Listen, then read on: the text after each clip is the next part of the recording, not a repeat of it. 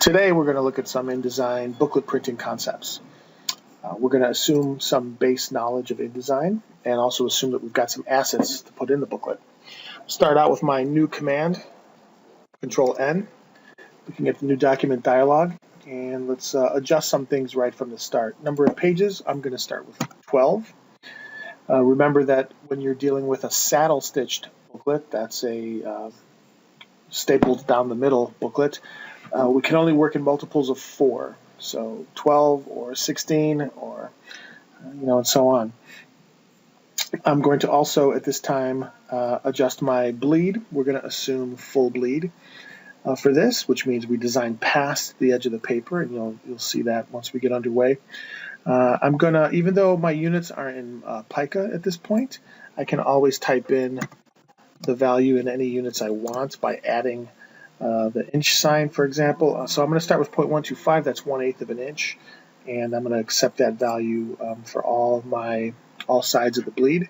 12 pages, facing pages checked. That makes sure that we're going to design in spreads the way we experience the booklet, and I'll say OK at this point. Anything else I can change as we move along. I'm going to Alt scroll wheel to zoom out a little bit, and we can see this concept of facing pages.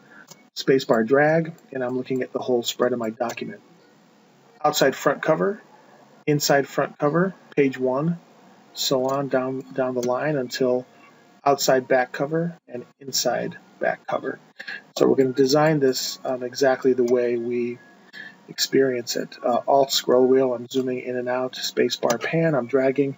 So we can see here the white is our page. That's going to be our finished cut page size of 11 by 17. Folded in half, that gives us an 8.5 by 11 booklet. And this red border that you see around this that's outside of the page, that's our bleed line. We're going to design to that bleed line. In other words, we're going to design off the page. The printer is then going to print it like that on a larger sheet of paper. If I need finished 11 by 17, he'll probably print on 12 by 18. That's what we'll send him, a PDF at 12 by 18. And then he's going to trim it back to the finished size after it's printed and probably after it's bound as well. Okay, let's look at our page dialog here. And what are some other things we might want to play around with? So right now I've got the default A master applied everywhere. I'm going to double click on that A master, select both of those.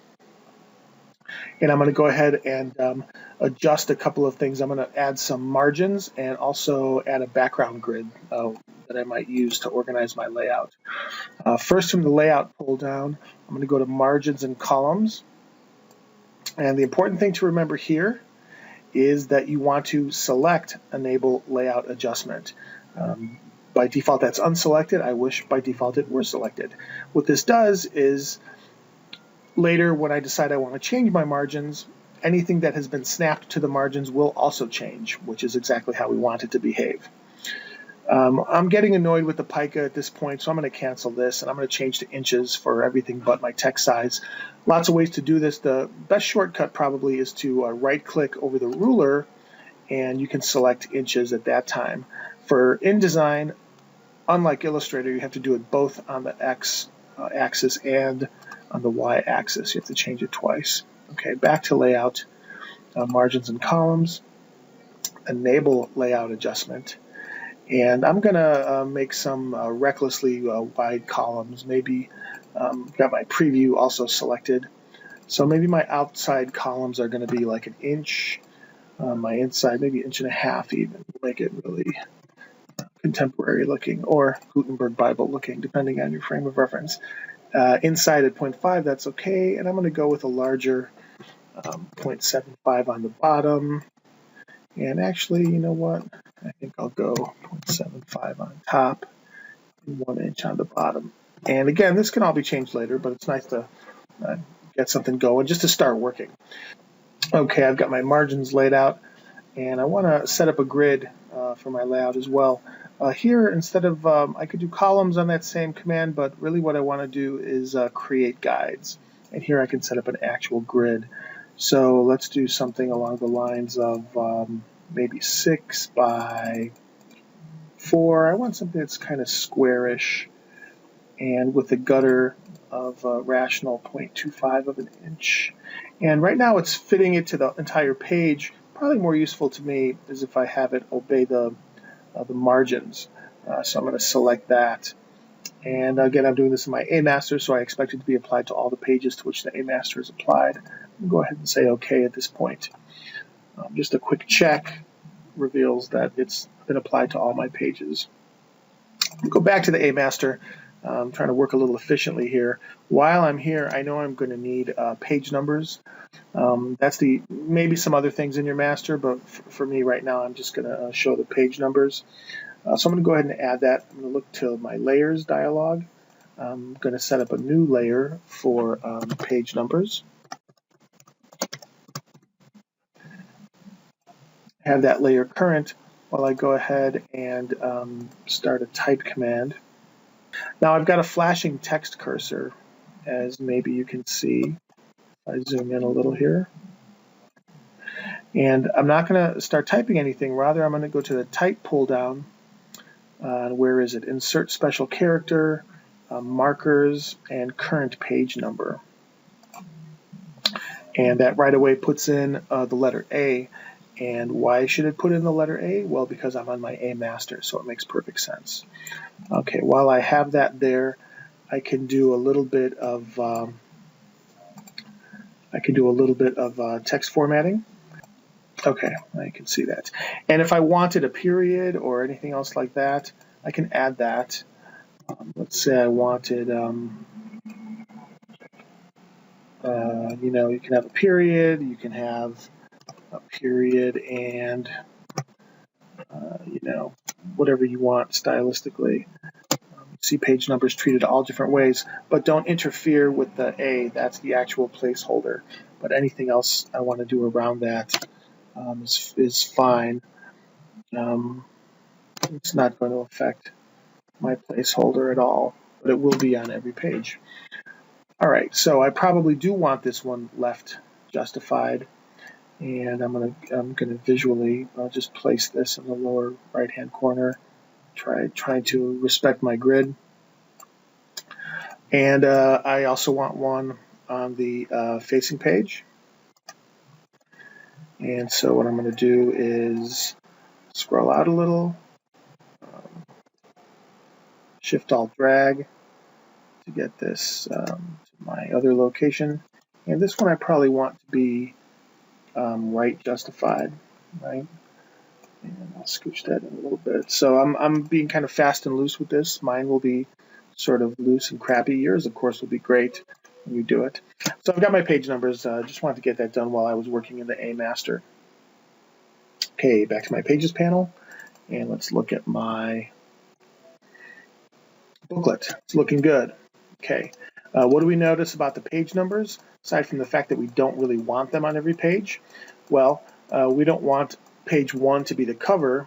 That's our front cover. Typically doesn't get a page number. There's the inside cover. That typically doesn't get a page number either. Really, we want this to be page 1. That's what we expect in a book. And remember, it's always odd numbers on the right, even numbers on the left. So I'm going to go ahead and do that while I'm on the subject of page numbers. How I'm going to change that, if you're familiar with Microsoft Word, you'll recall it's not really page numbers at all. It's section numbers that you're numbering. We'll do the same thing here. I'm going to make page 3 current by selecting it in my Pages panel. I'm going to right-click on that in the Pages panel and just look at numbering and section options. I'm going to want it to say Start Section, and I'm going to select Start Numbering at page 1. And I'm going to say OK. And it's going to say, hey, there already is a page 1. And I'm going to say, yeah, I know that, but I want this other thing to be page 1. Okay, so now you see I've started a new section. That hasn't fixed my problem of the page numbers on the cover and inside cover, but it does have my page numbers where I want them everywhere else. As far as the pages where I don't want page numbers, depends on how complex of a booklet you're doing. The simple solution here is to apply the None master. I'm just dragging and placing it in the Pages panel, and that now there's no master applied, or I could make a master page with grid that does not have page numbers if I wanted to. But in this case, I'm just going to apply the None master. I'm going to have a cover on my cover, and probably something non-standard on the inside cover, either blank or maybe something small, UIC logo. I'm not sure yet. Whatever. Similarly, at the end, I'm going to go ahead and apply the None master page to my back cover, and I'm doing this in the Pages panel, and also to my inside back cover. So now I only have page numbers where I want them. Okay, I want to put a cover, a wraparound cover that's going to start on the front page and wrap around to the back. What I recommend doing is designing this in Illustrator, and I've already done just that. I have an image, and notice I set up, as I scroll in here, notice I set up the same bleed concept as I did in InDesign. So here is the edge of my artboard. This red line represents a 0.125 inch, 1/8 of an inch bleed for full bleed. So I set up an image, and notice my image, in this case with a clipping mask, is being it's designed right to that bleed. It can go past, but it should not be less than. Double click to get out of isolation mode. Okay, so here is what my booklet will look like if it was laid flat on a table. Here's the back cover wrapping around. So I also have some text. I laid this out before I started the exercise to save some time, save your patience, I guess. Here's the cover. This looks like some kind of a vintage spy thriller or something. And then I did a little bit of a logo too. And there's my UIC logo on the back. So there it is. There's my my artwork. I'm going to go ahead and save these changes. And I can, because it's part of the Creative Suite, Illustrator, I'm not worried about using that exact file in InDesign. In fact, I can do exactly that once it's done saving. What do I want to do? Of course, I want a new layer.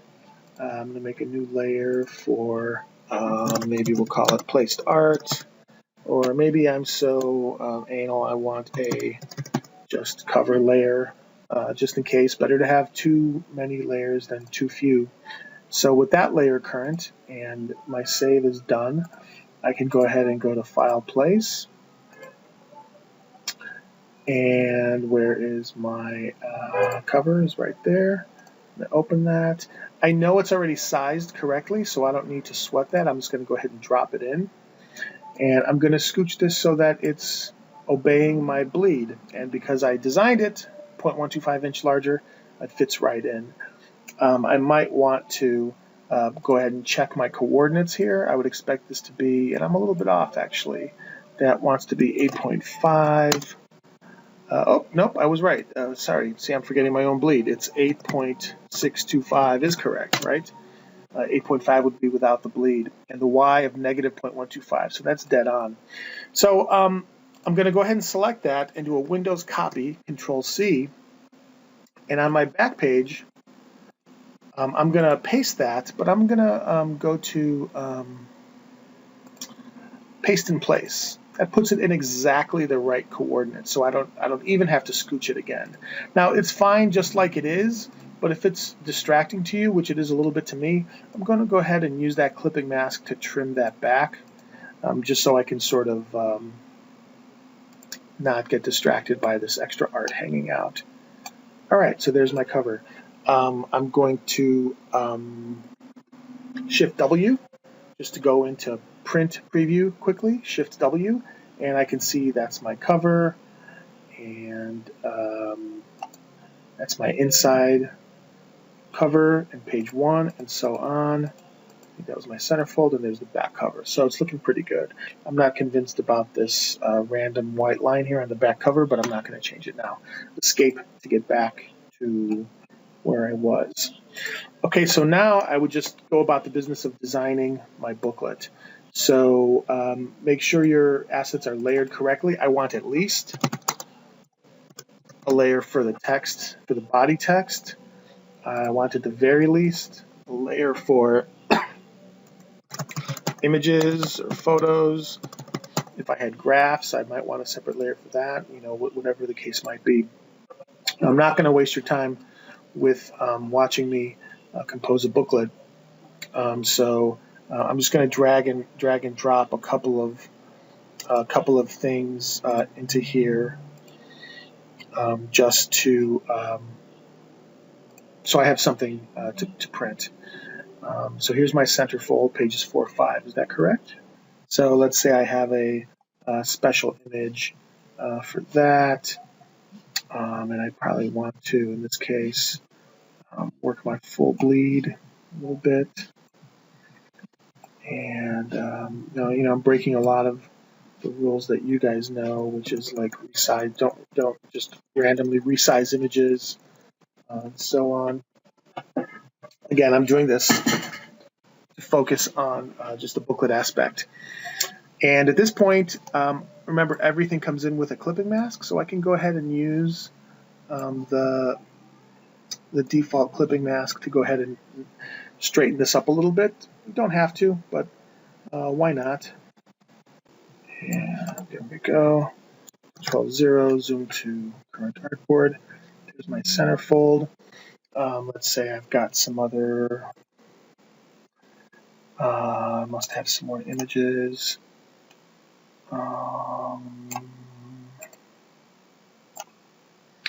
And maybe now I start using my grid a little bit. And how do I shift control to do a traditional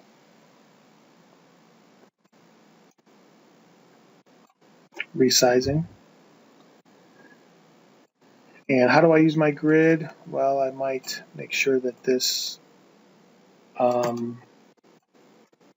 lays out according to the grid. And so what that means, I would use it, for example, to just create some order, make sure that my assets aren't being put in just at random sizes. They'll all have some relation.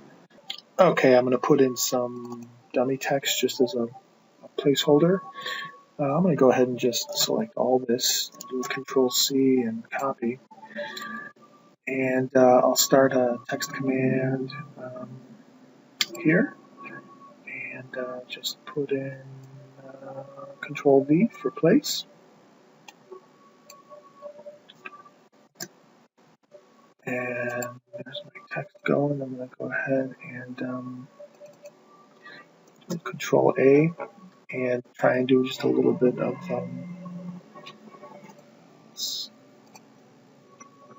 not working too many typefaces. Let's make sure we're working in some consistent design program here. So I'm just going to stick with Helvetica for now. Oh, my Chinese food's here.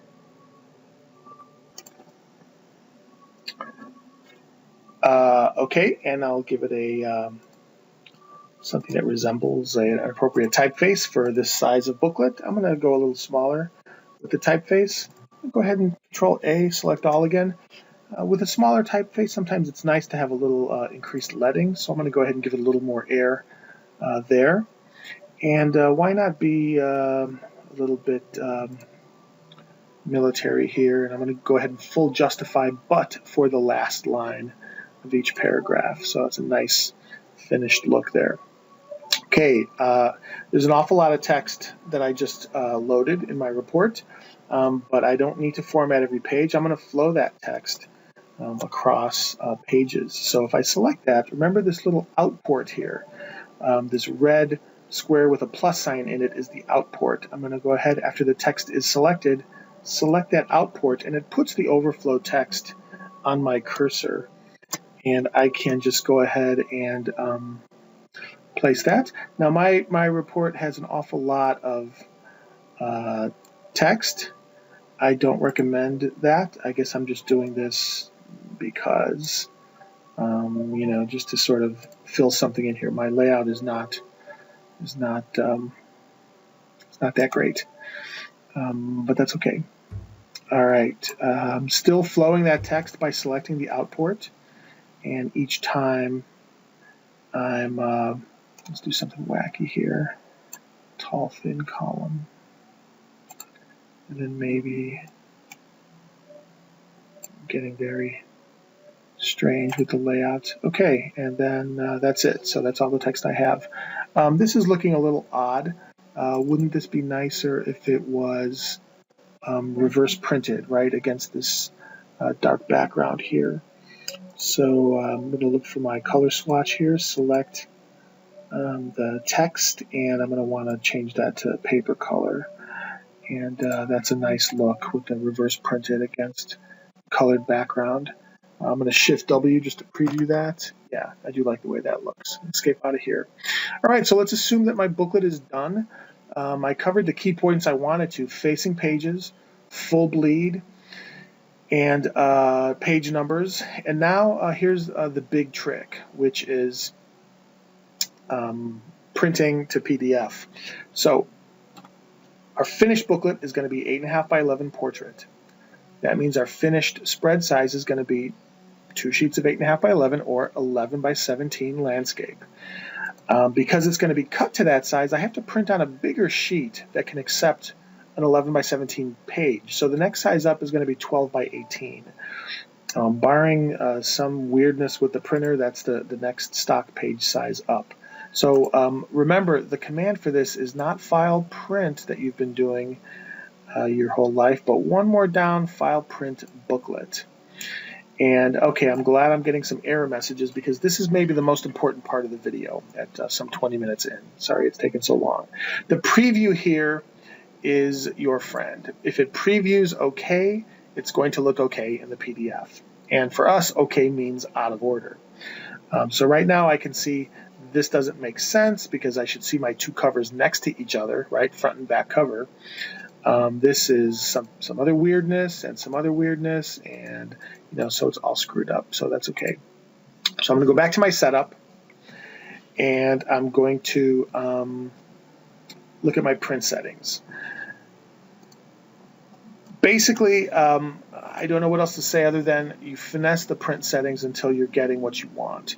So you're going to want to print to Adobe PDF, one copy, of course. You're going to want to make sure you print blank pages. I have some blank pages in my document, and it's important that I have that selected so that prints. And it's set for all.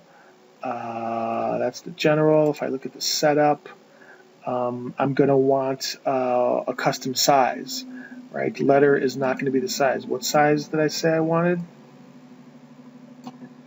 I forgot. I need 18 by 12. That's a custom page size. Or maybe you have it as an ANSI or something in yours. Also, that's now landscape, right? Can you see how if we were considering this as just a sheet of paper, it would be a landscape sheet of paper. I believe that's what we want to do there. Page position, I'm going to center on the page. And I'm going to say OK. And I'm going to look at my preview and see if that's changed anything. Well, it has. It's made it worse. So let's go back to my print settings. And my setup, maybe that, let's see, is that right? Width 18. I guess maybe, let's see what it does. Portrait. Well, I guess it does want to be portrait. Okay, and notice now that I'm not seeing any error message. And this looks right off the bat, right? That's how my booklet should look open. And my first spread, that says page 2, but that's my inside cover. And this is my inside back cover. I have the photo there. And so these pages are out of order like we're expecting. They'll be in order once it's printed and put together. You can see how my centerfold will show next to each other because the centerfold always does that. That's looking good. What I need to add now is trim marks. So I'm going to say print settings again, and that's under marks and bleed. And you want to, crop marks. You want to make sure that's selected. That's telling the printer actually where to cut the finished plots. And now if I say OK and I preview, see those little dashes? That's all that is. I'm going to go ahead and say print, and let's see what we get. Where do I want to save that? 111 is my default for a Scratch file. And let's see what it looks like.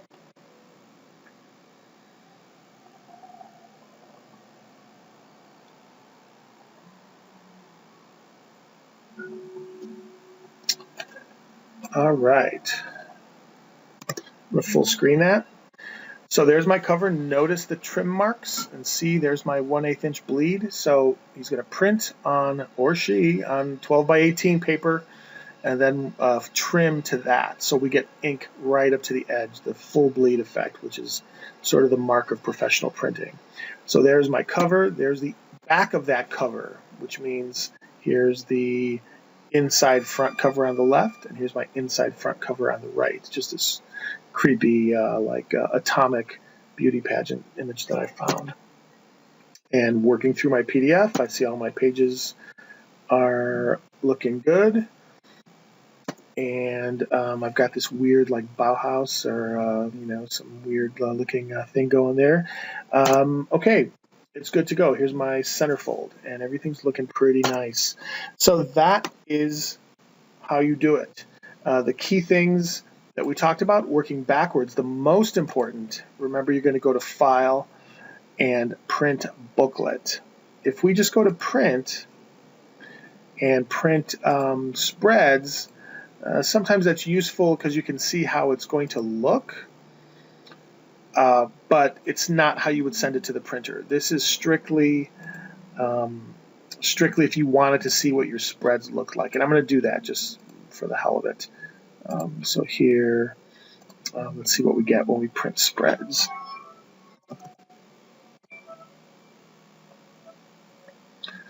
Yeah, this would be maybe if I wanted to see what the booklet looked like.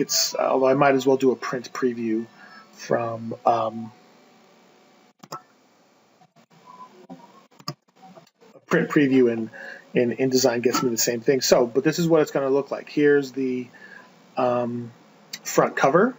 When you open the front cover, this is what you would see. This is how the booklet starts. And notice page 1, odd numbers on the right. Here's my next spread. Here's my centerfold.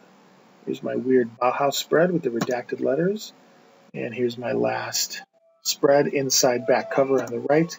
And finally my back cover. So sometimes it's useful for printing spreads.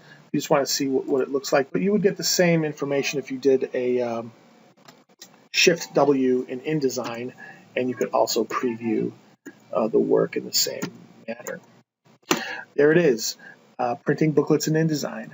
Don't forget, File, Print, Booklet. And when it's out of order, it's correct. And when you don't see any error messages popping up in that print settings dialog, then you know you're good to go. This preview here is your friend. It's a real preview. It's actually giving you good information there. So when this looks right, it's going to be right. A couple of other things. Don't forget your page numbering with odd numbers on the right. And good luck with your booklets. They're going to be great. Please print a copy for me, as well as however many copies you want for yourself.